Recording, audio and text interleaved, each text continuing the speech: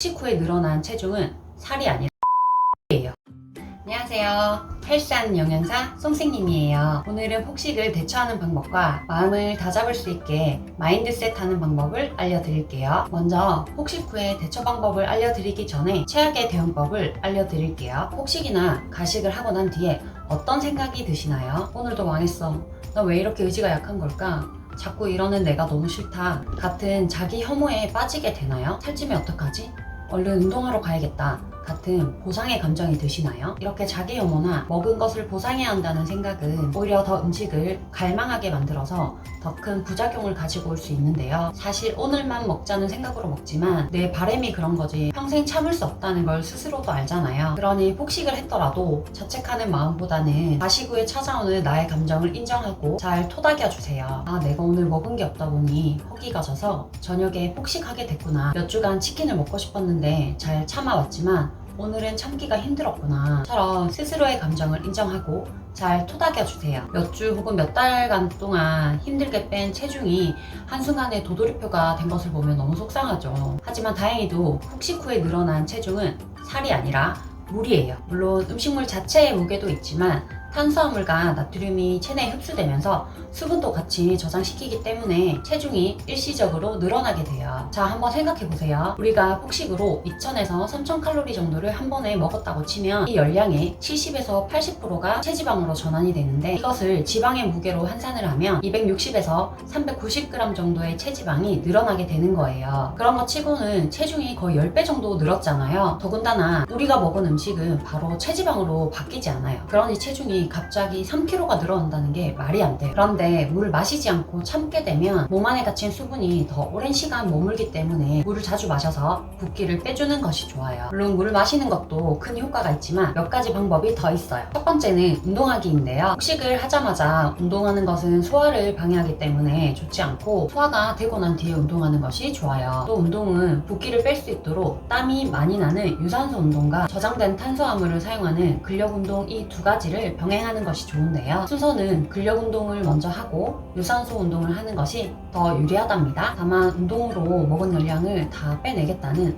보상 심리로 접근하는 방식은 좋지 않은데요. 현실적으로도 불가능한 일이에요. 왜냐하면 체중이 60kg 나가는 사람이 5시간 동안 러닝을 해도 뺄 수 있는 지방의 양은 0.2kg 정도라서 무리하게 운동을 하는 것은 오히려 더 비효율적이에요. 두 번째는 칼륨이 많은 음식 먹기예요. 칼륨은 몸에 수분을 빼는 이뇨작용과 더불어서 나트륨을 몸에서 배출하는 기능도 가지고 있는데요. 칼륨이 많은 음식으로는 고구마나 바나나, 팥 같은 탄수화물이 함유된 음식도 있지만 폭식이나 과식을 한 뒤에는 당이 적은 토마토, 호박, 시금치, 다시마 같은 채소를 추천드려요. 세 번째는 당과 나트륨이 적은 식사를 하는 거예요. 폭식으로 몸에 탄수화물과 나트륨이 이미 많은 상태이기 때문에 다음 끼니에는 당과 나트륨이 적은 메뉴로 선택해주는 것이 좋아요. 찌개류나 짬뽕, 마라탕, 냉면, 김치, 장아찌 같은 나트륨이 많은 음식은 피하고 스크램블이나 토마토, 우유, 샐러드, 쌈채소를 활용한 음식을 활용해서 드시는 것을 추천해요. 무염식이 아니라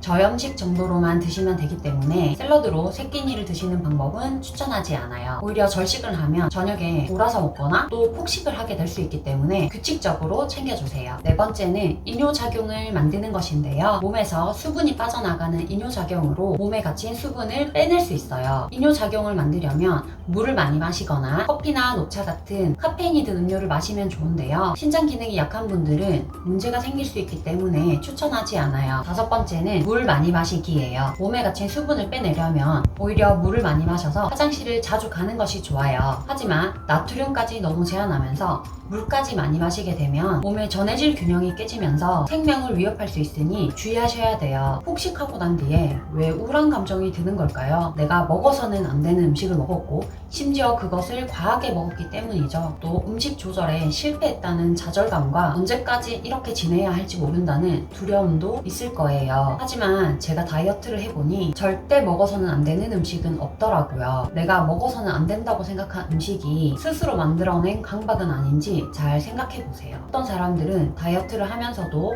종종 케이크나 치킨 같은 음식을 먹으면서 살을 빼잖아요. 그 사람들이 정말 특별한 걸까요? 아니에요. 단지 적당한 양과 요령이 있을 뿐이에요. 그러니 음식을 먹는 것이 두렵게 느껴진다면 스스로가 만든 강박이 아닌지 체크해 보세요. 마음이 조급해지면 나의 시야도 좁아지게 되는데 지금 나의 상황이 그런 것은 아닌가요? 내 상황과 마음을 체크해서 따뜻하게 다독여주세요. 그럼 스트레스도 해소되겠지만 지속할 수 있는 힘도 생길 거예요. 선생님이 건강하고 지속 가능한 다이어트가 될 수 있도록 도와드릴게요. 오늘 영상은 여기까지입니다. 시청해주셔서 감사해요. 다음 시간에 만나요. 안녕.